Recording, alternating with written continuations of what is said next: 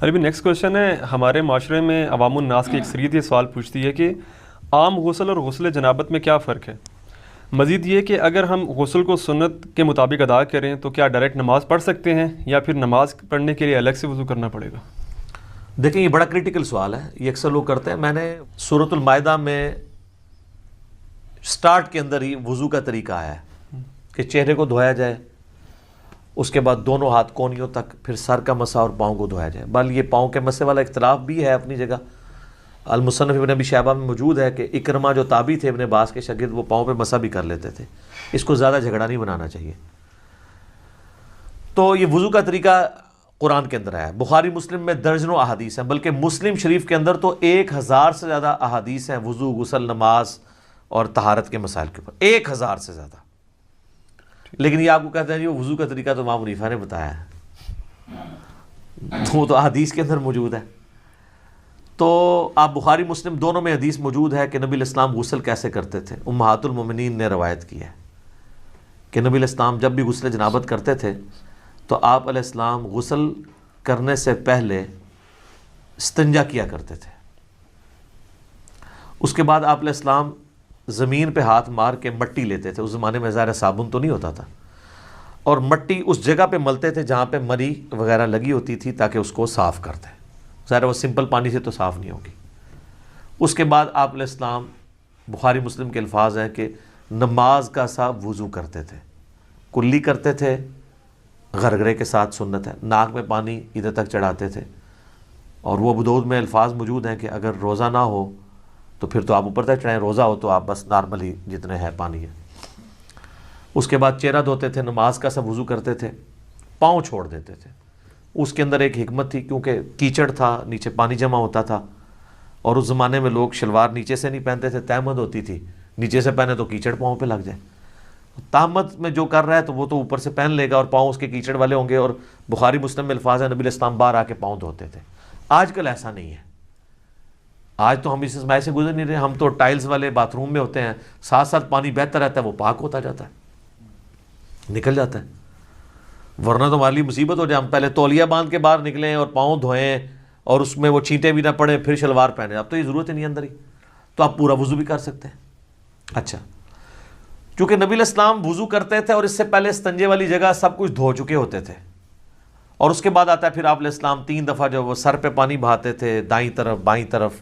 ظاہر وہ غسل ہوتا تھا ایک برتن اور بالٹی کے ذریعے، تو وہ اسی طریقے سے ہی ہوگا. آج کل تو شاور ہے، مسئلہ ہی کوئی نہیں ہے. تو اس کے بعد آپ پاؤں باہر نکل کے دھوتے تھے، اور اسی وضو کے ساتھ غسل کے ساتھ وضو بھی شمار ہو جاتا تھا. لیکن یہ اس صورت میں ہے جب غسل کے دوران آپ کے ساتھ کوئی ایسا معاملہ نہ ہو جو وضو کو توڑ دیتا ہے. اگر اسی دوران کسی کی ہوا خارج ہو جاتی ہے یا پیشاب کا قطرہ نکل جاتا ہے تو پھر وہ غسل کر کے نکلے اور کہ جی میرا وضو ہو گیا ہے، تو اپنے آپ کو ہی دھوکہ دے رہا ہے. کیسے ہو گیا؟ اس کو تو پھر اینڈ پہ دوبارہ سے وضو کرنا ہوگا. یا اسی دوران اگر شرمگاہ کو ہاتھ لگ جاتا ہے، اگرچہ اختلافی مسئلہ ہے لیکن کبھی دلائل اسی طرف ہے کہ نیکڈ اگر شرمگاہ کو ہاتھ لگ جائے، یعنی ڈائریکٹ پردے میں حائل ہو کے لگے وہ تو کوئی مسئلہ نہیں، ڈائریکٹ لگ جائے تو اس کا وضو ٹوٹ جاتا ہے. تو اس میں بہتر یہی ہے کہ احتیاط اسی میں ہے کہ آپ اینڈ پہ دوبارہ وضو کر کے ہی باہر نکلیں، کیونکہ بعض اوقات ہاتھ لگ ہی جاتا ہے اور اتنا دھیان بھی نہیں رہتا اس طرح کے معاملات میں. لیکن اگر یہ سارا معاملہ ہے تو کوئی مسئلہ نہیں ہے، پھر تو آپ کا وضو اور غسل اکٹھے ہی ہوگا، آپ کو دوبارہ وضو کرنے کی ضرورت نہیں ہے. مثلا آپ کو تالاب میں کوئی پھینک دے، دھکا بھی دے دے اور غوطہ بھی آ جائے تو ساتھ ہی سارا غسل اترے. سب سے آسان جو غسل ہے نا تالاب میں، 1 منٹ بھی نہیں چاہیے تالاب کا غسل کرنے کے لیے، آپ کو سیکنڈز میں غسل ہوتا ہے، کوئی پورا جسم دھل جاتا ہے. ٹھیک ہے. اچھا، اگلے زمانوں میں لوگ کپڑوں سمیت غسل کیا کرتے تھے، یعنی ایک لنگوٹا باندھ کے، پورا نہیں، جب کبھی اوپن جگہ پہ نہانا ہوتا تھا. آج کل بھی ایسے ہی ہوتا ہے. تو لیکن آج کل چونکہ باتھ روم ہے تو ہمیں ضرورت نہیں ہے. باقی دریا ایریا میں ابھی بھی آپ دیکھیں جوڑوں کے جو گیسٹ ہیں وہ لنگوٹا باندھ کے کر رہے ہوتے ہیں، وہ تو نیچے وہ باندھنا پڑتا ہے، ادروائز تو پھر ظاہر ہے وہ شرم و حیا والا ایشو ہو جاتا ہے.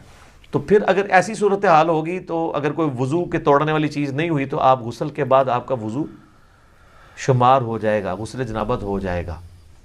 کئی شادی شدہ لوگ ہیں ان کو بالکل غسل کا طریقہ نہیں پتہ، ٹھیک ہے، اور ان کو بالکل پتہ ہی نہیں. باقی رہا عام غسل، عام غسل بھی سنت کے مطابق ہی کرنا چاہیے. عام غسل ویسے کون سا ہوتا ہے؟ وہ تاری لانا ہے جڑا گرمی دور کرنے واسطے، وہ غسل تو نہیں ہوتا، وہ تو خالی تاری لگانا ہے.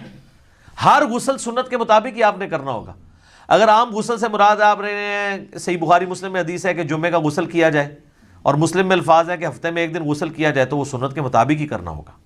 یا عید کے اوپر غسل کرنا سنت ہے تو سنت کے مطابق ہی کرنا ہوگا. ٹھیک ہے. اسی طریقے سے میت کو غسل دینے کے بعد جب جسم پہ چھینٹے پڑ جاتے ہیں اور پھر آپ نے غسل کرنا ہے تو سنت کے مطابق کریں، یا اتنا حصہ بھی دھو لیں تو وہ بھی کافی ہے. وہ غسل والا حکم منسوخ ہو چکا ہوا ہے، اتنا حصہ بھی دھو لیا جائے کافی ہے. تو غسل جب بھی کریں سنت کے مطابق ہی کریں تاکہ آپ کی عادت نہ ٹوٹے. بل عام غسل آپ جس بھی طریقے سے کر لیں گے، ظاہر ہے اس میں تو پھر کوئی ایسا ایشو نہیں ہے. آپ جب کر کے ازائے وضو پہ جب پانی بہہ جائے گا تو خود بخود آپ کا وضو ہو جائے گا، بشرطے کہ اس دوران کوئی وضو توڑنے والی چیزیں نہ ہوں. اسلامی بہنوں کے لیے میں عرض کر دوں کہ ان کے غسل میں فرق ہے. صحیح مسلم کے اندر موجود ہے کہ اما عائشہ کہتی ہیں کہ نبی علیہ السلام جو حالت حیض وضع غسل ہے نا، اس میں ہمیں حکم دیتے تھے کہ ہم بالوں کا جوڑا بھی کھول کے، پورا کھول کے نا، جو بنائی ہوتی تھی آپ نے چٹیا، اس کو کھول کے غسل کریں. لیکن جو عام غسل ہے غسل جنابت، اس میں آپ کہتے تھے بس اوپر اوپر سے پانی بہا لو تو کافی ہے، کیونکہ عورت کے لیے تو تردد ہے، اس کی تو کئی بالٹیاں سر پہ ہی لگ جائیں گی. اس زمانے میں تو پانی بھر کے لانا بھی ایشو ہوتا تھا. آج کل والا صاحب تو نہیں ہے، اٹیچ بات ہے اور اوپر جو ہے وہ آپ کا شاور چل رہا ہے. تو اسی والے سے وہ سیدہ عائشہ کے پاس کچھ تابعین آئے بھی تھے، وہ مانتے ہی نہیں تھے کہ جی آدھی بالٹی سے کیسے غسل ہو سکتا ہے. تو عائشہ ان کے سامنے آدھی بالٹی لے کے گئی، پردے میں، موٹے کپڑے میں. اس وقت ظاہر اٹیچ بات کپڑے والے ہی ہوتے تھے. ٹوائلٹس گھروں میں نہیں ہوتے تھے، گھروں کی چھت پہ ہوتے تھے یا باہر زمین میں، لیکن باتھ روم تو گھر کے اندر ہوتے تھے کیونکہ اس میں بدبو والا نہیں ہے، پانی بہہ جاتا ہے. وہ کہتے ہیں جی سیدہ عائشہ نے غسل کر کے دکھایا، بخاری مسلم میں آتا ہے. تو میں نے اس کو بھی جواب دیا تھا، وہ انہوں نے ان کے سامنے نہیں کیا، ان کا وہم نکالا ہے کہ دیکھو اندر ٹوٹی بھی کوئی نہیں ہے، میں یہ پانی لے کے جا رہی ہوں، اسی سے غسل کر کے نکلوں گی. تو وہ ان کا وہم نکالنے کے لیے تھا. تو یہ غسل اس صورت میں شمار ہوگا اس کے ساتھ وضو بھی، جب کہ وضو توڑنے والی کوئی چیز نہ ہو. تو ظاہر ہے اتنی احتیاط کے ساتھ. بعض لوگ تو بیچارے پوری احتیاط سے کرتے ہیں، اینڈ پہ جب وہ یعنی وہ کپڑے پہننے لگتے ہیں تو شرمگاہ کو ہاتھ لگ جاتا ہے، تو پھر 0 پہ آ گئے، جیسے 99 پہ سانپ کاٹ گیا تو نیچے آ گئے. تو بہتر یہی ہے کہ تسلی سے کر کے نکلیں، بعد میں آپ وضو کر لیں. اور اس میں کوئی غلوب والا شمار بھی نہیں ہوگا، ظاہر ہے کہ آپ اس اعتبار سے کر رہے ہیں. اچھا یاد رکھیے گا، ایک مجھے ضمناً آیا، لوگ پوچھتے بھی رہتے ہیں غسل کن چیزوں سے ٹوٹتا ہے. غسل اسی صورت میں ٹوٹے گا جب شہوت کے ساتھ منی خارج ہوگی، یا میاں بیوی ازدواجی تعلق قائم کریں اور اس صورت میں چاہے منی خارج ہو یا نہ ہو. بس یہ 2 چیزیں ہیں جن سے غسل ٹوٹے گا. ٹھیک ہے. حیض والا تو عورتوں کا معاملہ الگ ہے. تیسری کوئی صورت نہیں ہے. بعض اوقات پیشاب کرتے ہوئے منی کے قطرے نکل جاتے ہیں تو وہ شہوت کے ساتھ نہیں نکلے، اسے ودی کہتے ہیں، وہ منی نہیں ہوتی، وہ غسل نہیں توڑے گی. اسی طریقے سے بعض لوگ بیچارے پہلے وہ غسل سے پہلے وضو کرتے ہیں، اس کے بعد جب سر پہ پانی ڈالتے ہیں تو ٹھنڈک کی وجہ سے پیشاب کے قطرے نکل جاتے ہیں، وہ سمجھتے ہیں آپ پیشاب نکل گیا پھر دوبارہ سے غسل شروع کرنا. نہیں، پیشاب نکلنے سے غسل تو نہیں ٹوٹا، وضو آپ کا ضرور ٹوٹ گیا. تو وہ وضو تو آپ نے ویسے بھی اینڈ پہ دوبارہ ہی کرنا ہوگا احتیاطاً. غسل آپ اپنا جاری رکھیں. غسل کے دوران پیشاب کرنے سے، ہوا خارج ہونے سے غسل جہاں تک پہنچا اس کو آگے ہی لے کے چلیں، پھر 0 پہ نہیں آپ نے آنا، کیونکہ وہ غسل نہیں ٹوٹا، آپ کا وضو ٹوٹا ہے. تو وضو تو آپ دوبارہ بھی کر لیں گے. غسل توڑنے والی چیز میاں بیوی کا ازدواجی تعلق ہے، خواہ اس میں منی ہو یا نہ ہو، اور یعنی نائٹ فال، یعنی منی کا شہوت کے ساتھ نکلنا، وہ نائٹ فال کے ذریعے ہو یا کسی اور غلط طریقے سے ہو، یعنی میں کوڈ ورڈز میں بات کر رہا ہوں، تو وہ غسل کو فرض کر دے گی. باقی اور کوئی چیز جو ہے نا وہ غسل کو فرض نہیں کرتی. تو یہ ایسے مسائل ہیں جو لوگ عموماً پوچھتے رہتے ہیں. تو آسان ہی معاملہ جی، آپ دین سیکھیں، دین میں آسانی ہے.